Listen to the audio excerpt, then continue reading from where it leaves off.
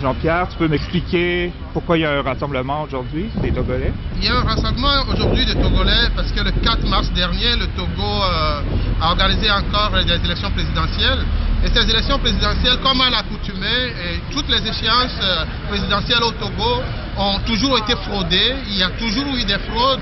Et la dernière fois encore, il y a eu des fraudes massives qui ont été organisées. Et le pouvoir en place depuis plus de 40 ans s'est proclamé encore vainqueur de ces élections-là.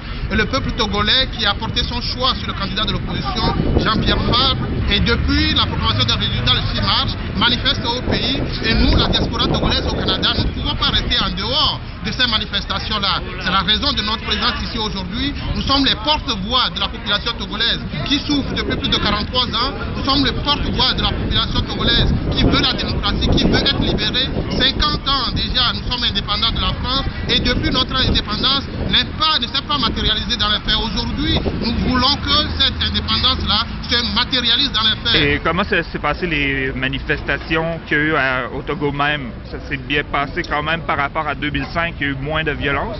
Oui, il y a eu moins de violence, mais il faut savoir aussi que le Togolais n'est pas violent de nature. Donc c'est la police qui provoque souvent les manifestations. Mais cette fois-ci, il y a eu beaucoup de gens qui sont sortis dehors. Et au début, il y a eu un mouvement un peu froid, du fait que les gens ont peur de la police. Dans notre pays, la police, c'est un corps qui réprimande chaque fois les manifestations. Il ne représente pas la démocratie. Que c'est juste un cercle de personnes qui prend en otage le peuple togolais. Donc nous, on dit non à ce genre de structure, on dit non à ce genre de système qui pille le pays. Et les gens qui sont incompétents, démocratiquement parlant. Donc nous, on voulait que les gens respectent le peuple togolais, qui respecte ce que le peuple togolais exprime comme volonté.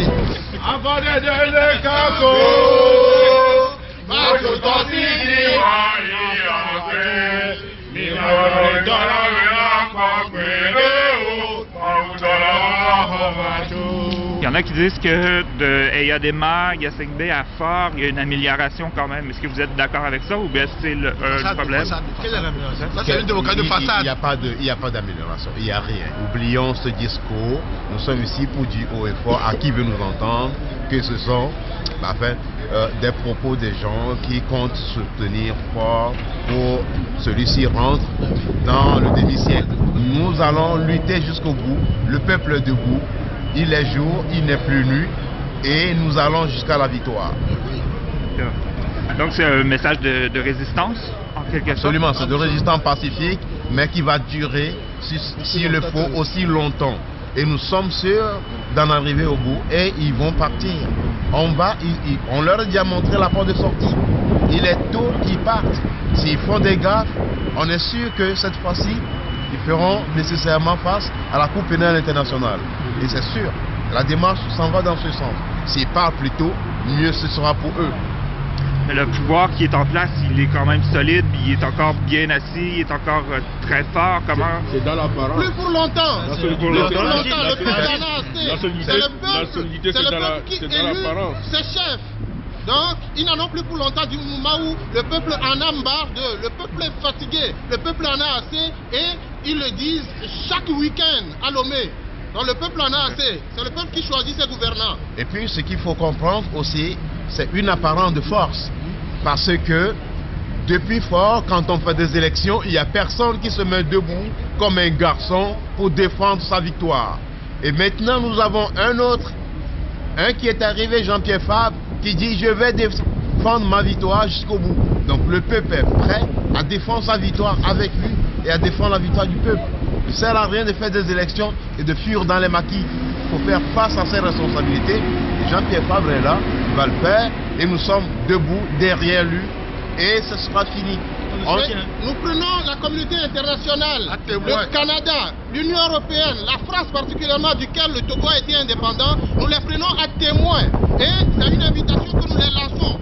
Il ne faut pas attendre pour faire les pompiers quand le pire va arriver. L'exemple de la Côte d'Ivoire en est un exemple. La Guinée dernièrement, c'est un exemple. Le Niger, c'est un exemple. Nous les prenons à témoin que leur silence est un silence coupable.